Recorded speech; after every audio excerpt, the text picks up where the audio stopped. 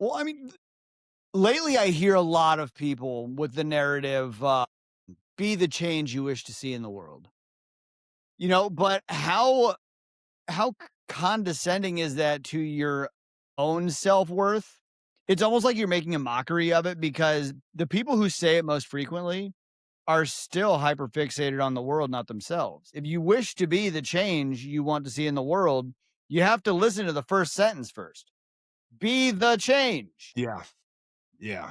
Going out and screaming about a narrative for what you believe the world should be is pretty much showing your hand that you want the world to change for your comfort, not to break your comfort by changing, to actually be a component to how things can go. And the higher you go, the more you realize that the fixation of what's going on around you was always the greatest waste of time. You have one fucking life.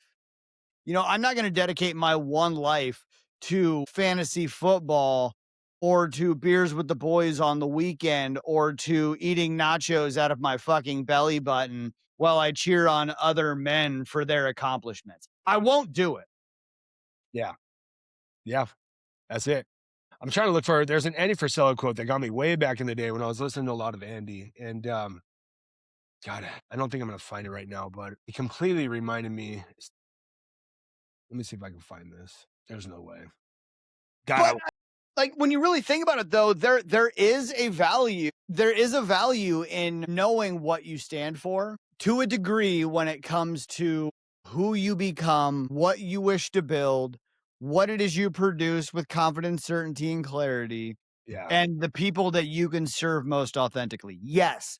But all of those things still revolve around you changing and being very clear.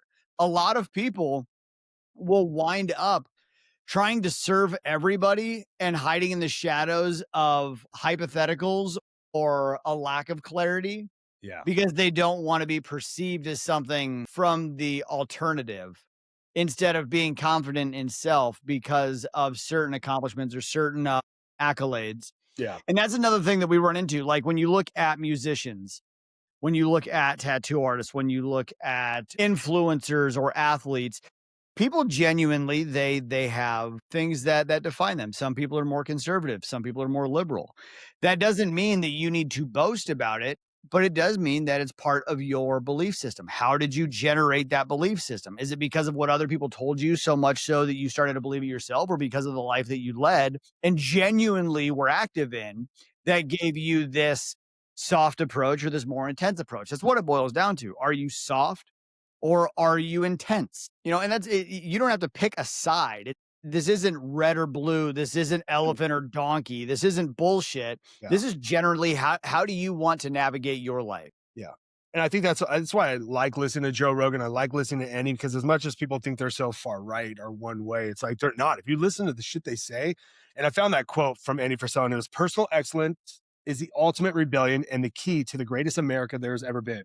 And it starts with us.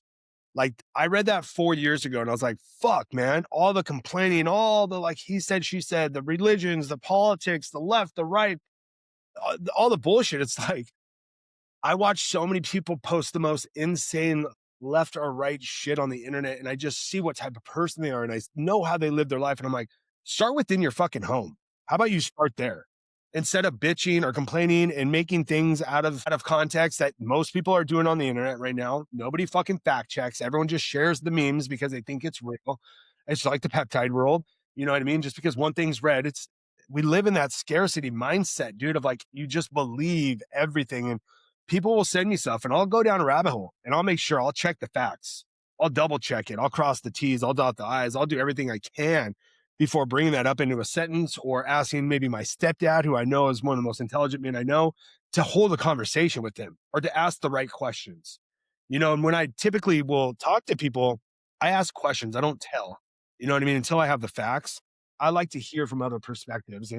But you've got to look at your own personal excellence. You've got to look at your own scarcity mindset. And you've got to just live your fucking life, man. I don't think I think we're only going to get worse. I think it's only going to get worse.